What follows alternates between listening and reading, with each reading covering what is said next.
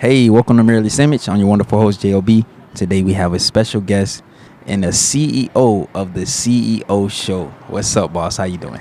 How we doing? How we doing? Thanks for having me on Mirrorless Image.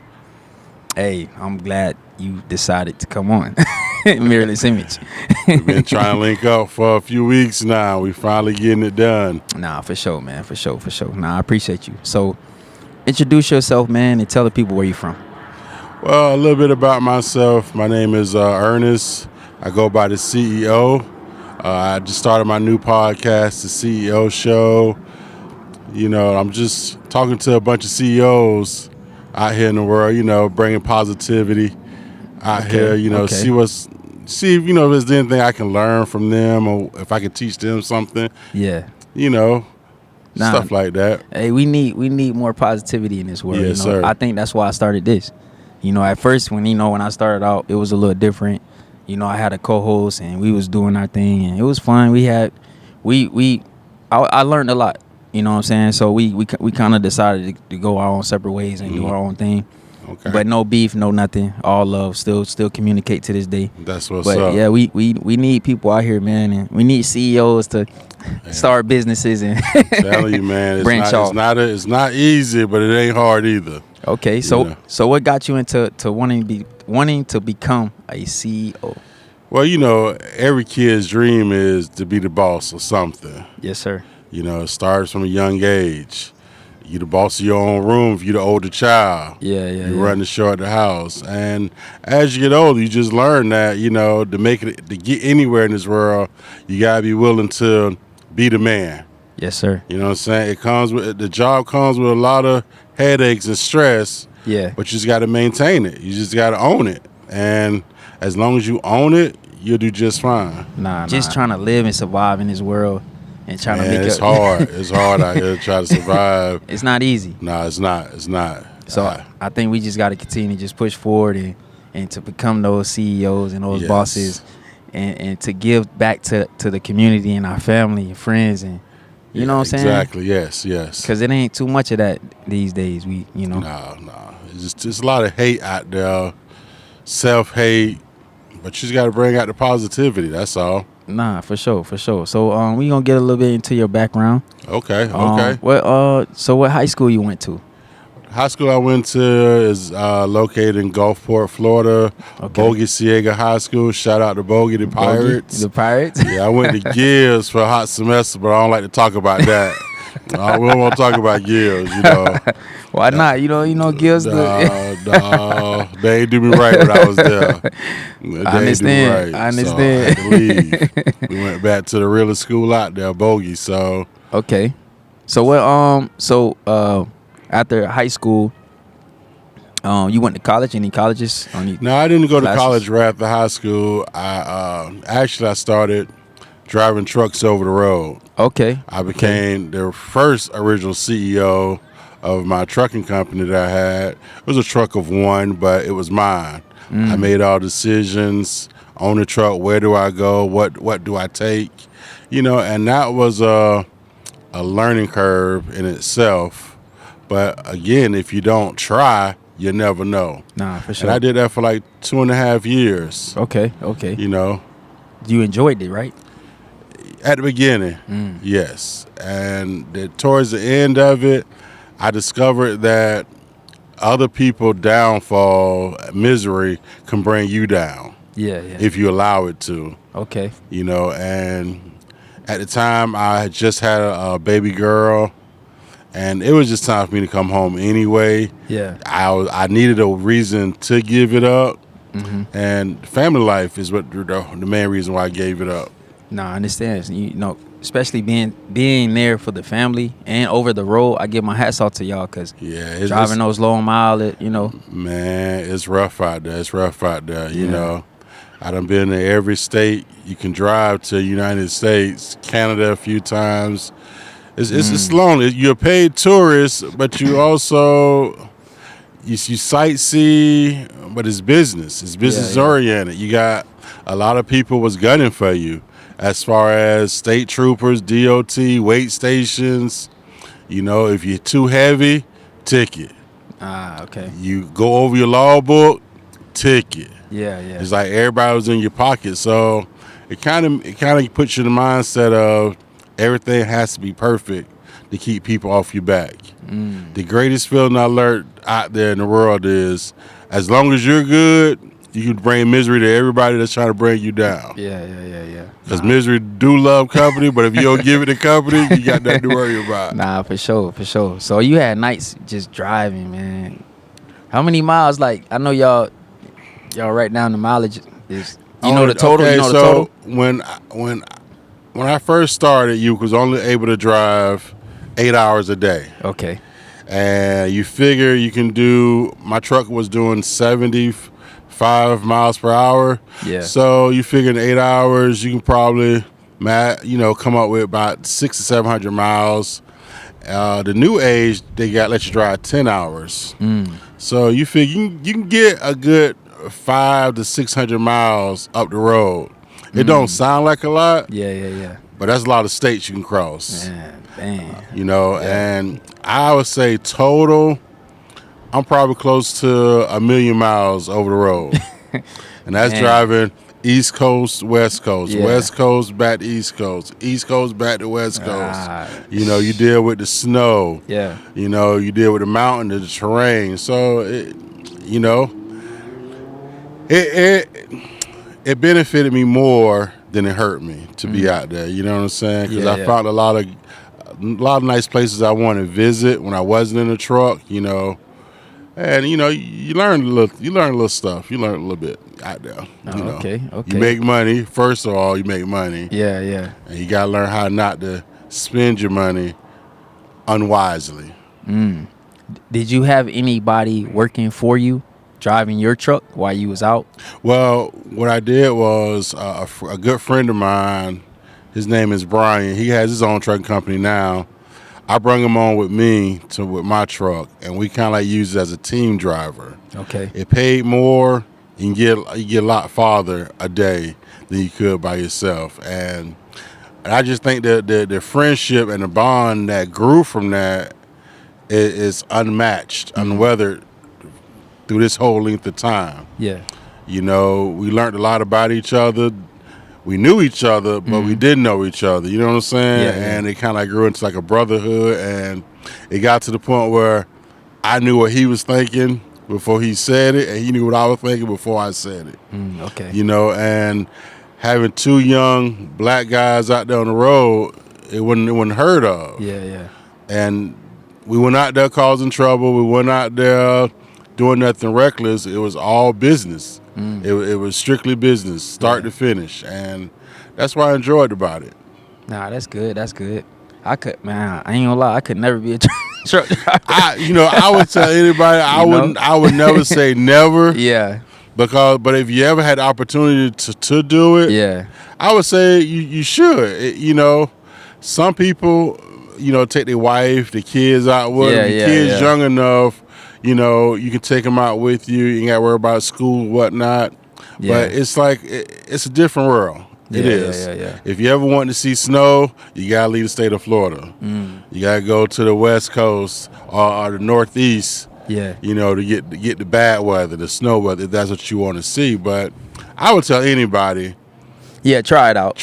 See, I used to live in Oklahoma. Okay. I used to drive back and forth from Oklahoma to Florida. Oh, okay. So that's why I knew for me it would be hard for me to stay up. Yeah, you got. For me, when I first started driving, I would only drive in the morning. Okay. I get up like 6 o'clock in the morning because I'm a morning bird. I don't like the nighttime. When it's nighttime, it's telling my body I need to be asleep. Yeah. So I used to get up at 6. I drive to like 2:30 in the afternoon, 3 o'clock. Find me a good rest stop or truck stop to park at, get me a good parking space, and hang out for the rest of the night. Oh, so you can pretty much pick your times then? Yes. Oh, see, in my mind, I'm thinking, you got to drive sometimes overnight. I only had to do that when it was two of us, when we was delivering mail from like the west coast of California, and they had to get to Elizabeth, New Jersey, and they give you 36 hours to get there. Okay. So that's like when you're gonna really work nonstop. Okay. You really ain't got time to sit down and parlay, chill out. You always on the go. Gotcha. And hey, That's what you do. I got you. Make it happen. Yeah. Well, you just educated me on some things that I didn't know. So maybe I would be a driver. Yeah, I would say try. If you ever get the opportunity, for sure. just try it out. Yeah. Nah, because I'm thinking in my mind that you will be driving consistently. Nah. Overnight. And some people, what they do is they get on the truck, they lease it, whatever, and then they get their spouse to get their CDLs, and we're running it as a team. Okay. So just imagine how much money the two of you will make versus one of you. You know what I'm saying? Got you. How much money you can save up that way. It's a money making business. Okay, so you just gotta be willing to put in the work to get it. Very profitable. Yeah, it's very profitable. Okay, that's good. That's good to know. So, what made you want to get into a podcast and to become to give people that CEO, you know what I'm saying, that CEO feel, you know? Well, I've always thought about having a podcast years ago. It just was never the right time for it. Yeah. But then as I got older, started going through different things in life, relationships, and I say, I want to try, but I don't know how. Mm-hmm. Fast forward to 2023, November of last year, I met up with you at a job we had together, and I came up and we was talking one day about really nothing. And I said, you know what? I'm thinking about starting a podcast. Yeah.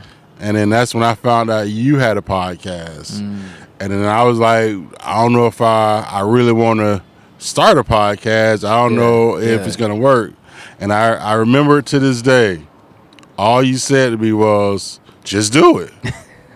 just do it. Don't talk about it because you're going to talk yourself out of it. Nah, for just sure. go ahead, open the door, walk through it. It's like you told me, it might succeed, it might not, but you still gotta try it. And if it don't succeed, figure out what went wrong and try to reamp it. And I have no regrets at this moment. No regrets. Man, I appreciate the conversation. Yeah. And I appreciate the love you showed me because you showed me a lot about podcasting, from down to the mics I should get, the lights, the stands. You know what I'm saying? How to conduct the interview. And I also got a good friend, Corey Thornton, Corey Thornton Productions, who also helped me out with my podcast, even though he was just getting started with his. Yeah. So, like I say, when you got a group of people that shows nothing but love, it shows. Yeah. When everybody's willing to help you out, go leaps and bounds, tell you everything they went through, so you don't have to make that same mistake, man. That's a blessing.